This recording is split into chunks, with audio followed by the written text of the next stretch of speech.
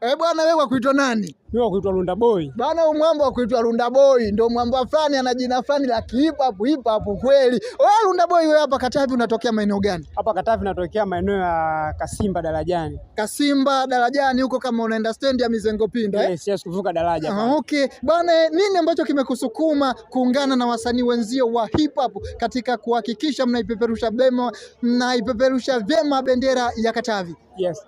Kwanza nipende kumshukuru Mungu kwa sababu ni jambo la heri. Lakini pia niliposikia redioni nilipendezwa nayo. Kwa kuwa na mapenzi na hip hop kutoka nyumbani mkoani kwetu kule Sumbawanga, nikaona na hapa Mpanda kumbe kuna vitu kama hivi. Ngoja nije nijiunge navyo. Lakini watu wa Sumbawanga na hip hop wapi na wapi? Hebu kwanza tupe waza hapo ndio tujue tunaongea na nani. Acha. Yes. Kinaona kitani kijuani ni fresh.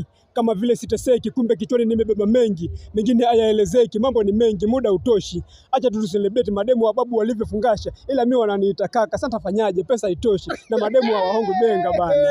Bana anakuambia mademu anamuita kaka. Sasa atafanyaje? Ndio vile sasa anaitwa kaka na mademu. Bana okay sawa. Upo Katavi ukitokea Sumbawanga. Na hizi mikoa ni mwaka tu 2012 ndio zimegawanyika. Ina maana hii wana ushikaji mkubwa sana kati ya Katavi na Rukwa niseme hivyo. Bana wewe kitu cha kipekee ambacho umekitazama kwenye tuzo hizi ni kipi? Sio tuzo, kwenye show hii ni kipi? Nilichokitazama cha kipekee. Kwanza nimependa wanavyojali. Wanavyojali, wanamjali, hawajali mtu amerekodi, hawajali mtu ni wa namna gani, yani hawaangalii mtu. Yani uongozi hapa kifupi tu nimelizika nao. Wanapokea kila mtu, kikubwa uwe na kipaji na uwe una confidence, unajiamini, unaweza kuperform, unapewa nafasi. Kwa maana hiyo huna mashabiki wengi sana kwenye mkoa huu. Nini ambacho unaenda kuahidi, ambacho unaenda kuagea pale cha kufanya kwamba tayari unaondoka na watu wanafahamu kuna mwamba wa kuitwa Lunda Boy?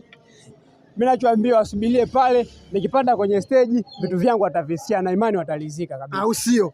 Bana Charlotte kwako mimi nikutakie bana maandalizi mema kila ambacho kinaenda ku happen kule. Charlotte sana, nashukuru sana.